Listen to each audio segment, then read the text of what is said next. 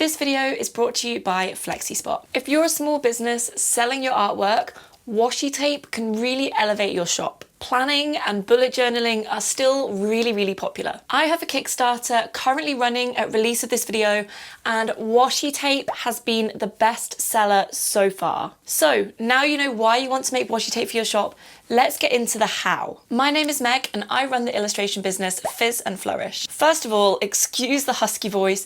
I've got a cold, but my twins are napping, my son is at nursery, so now is my opportunity to film.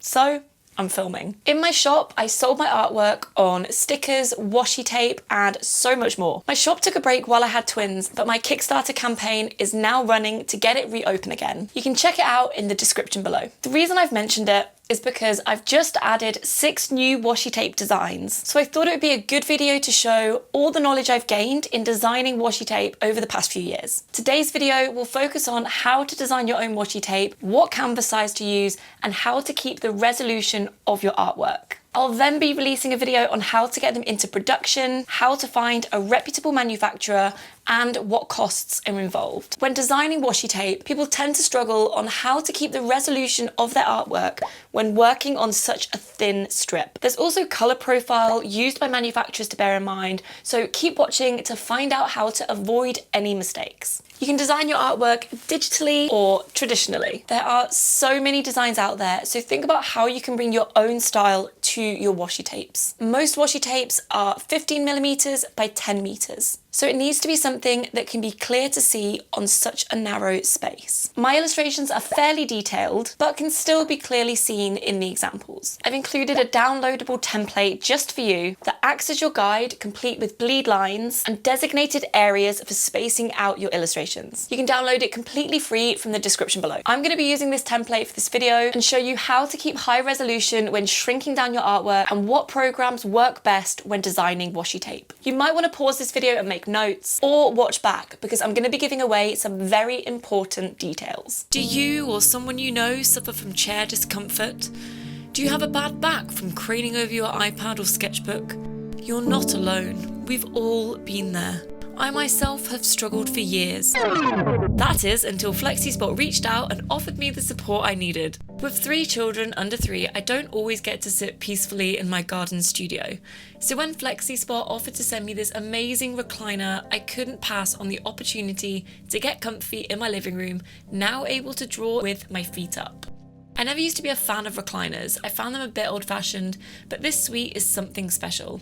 It's modern, neutral, and oh so comfy. And I've spent many an evening rocking and working away in front of the telly. Flexispot also sent me this super handy height adjustable table, but I found it so useful in my studio because it tucks away, rolls neatly on wheels, and allows me to work standing up, which is great after spending a bit too long relaxing on the recliner. Okay, now let's get back to the video. I use Procreate to draw all of my illustrations. This is a personal choice, but I just find it so user-friendly. It does have its limitations though. When you scale things, you lose resolution. There are ways around this, like setting the selection to bicubic, but honestly, I don't think this works well enough. To me, it still looks pretty blurry. I use Photoshop for all my resizing. I want to turn this illustration page into a washi tape design, but first I need to set up my canvas. If you have a page of traditional art like this that you want to turn into washi tape, the following rules still apply. All you have to do is take a good quality photo or scan of your artwork and upload it to your iPad or computer. So let's open Photoshop. You can do this on desktop or iPad. Now the canvas size is really important here. The higher the pixels, the higher the quality. Because the height of the washi tape is so small, you want to make sure there is enough pixels in the height that when you import your artwork, it doesn't pixelate. I have my canvas height set to 2122. Yes, it's very specific, but trust the process.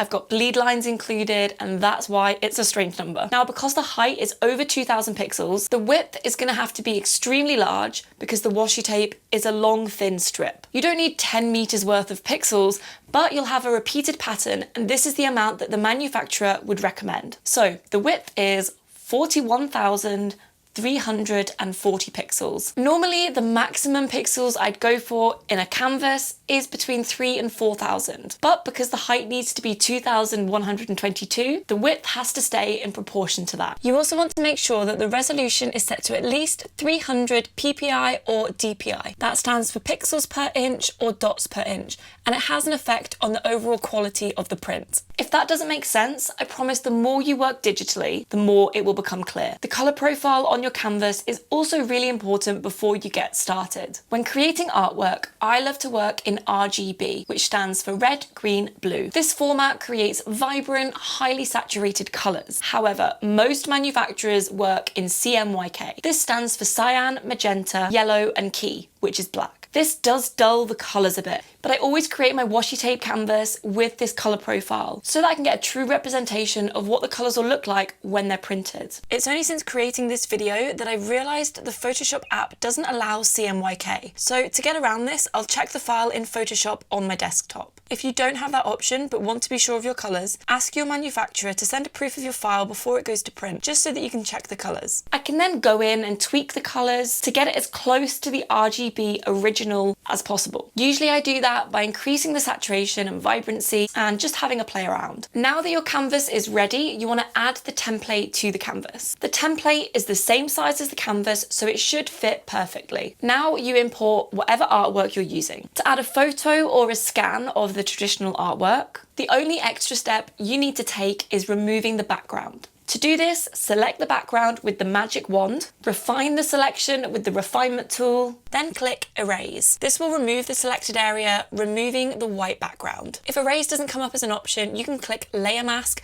and then Invert to select the white area. Okay, back to the digital art. Now that your artwork is imported, here comes another important point. When you move things around in Photoshop, you want to keep the resolution. To do this, I use the lasso tool to select the illustration I want to use. Then I click Duplicate Layer. I then tap the duplicated illustration and select Convert to Smart Object. This is an essential step before moving the illustration, because converting a layer to a smart object essentially wraps the layer's content into a container. This container preserves the original content, allowing you to apply non-destructive transformations and adjustments without permanently altering the pixels. In simple terms, it keeps the resolution. Now you can move that illustration about to the position you want, and you can increase its size without losing resolution. If your washi tape design is using a repeated pattern or multiple illustrations like this one, you can use the box guide on the template to position your illustrations. This is an example of a washi tape design that's used with this template spacing.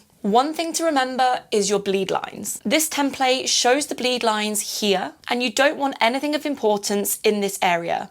That's because the manufacturer will cut off this section. You can still have your illustrations going into the bleed lines like this if that's the look you want to go for. Just bear in mind that the tape will be cut off at those lines, so I wouldn't put any font or anything important close to those edges. The reason we still fill the bleed line with background colour is because sometimes the cut from the manufacturer might be off by 1 millimeter or 2, so you want that little buffer that can account for any small discrepancies. When you're happy with your illustration's positions, I choose a background colour and then move the template to the top layer, just to check it's all looking how you want. Because the template is a PNG, you can alter the opacity so that you can see your design through it. When exporting your file, don't forget to hide the template. Obviously, you don't want this to be part of the design. I'd recommend exporting the file as a PDF because this will keep the resolution and it's usually preferred by the manufacturer. I also just discovered that this is not possible on the iPad version of Photoshop, so you can download it as a PNG and either use an app to convert the PNG to PDF or just do this whole process via Photoshop on your desktop. If you now want to learn how to find the best certified manufacturer and where to even begin with getting washi tape put into production, plus what sort of costs you'll be expected to pay, then I'll be uploading a video on that specific topic next week. There's going to be so much information in there, so be sure to subscribe and hit that bell to get a notification when the video is live. You can check it out here.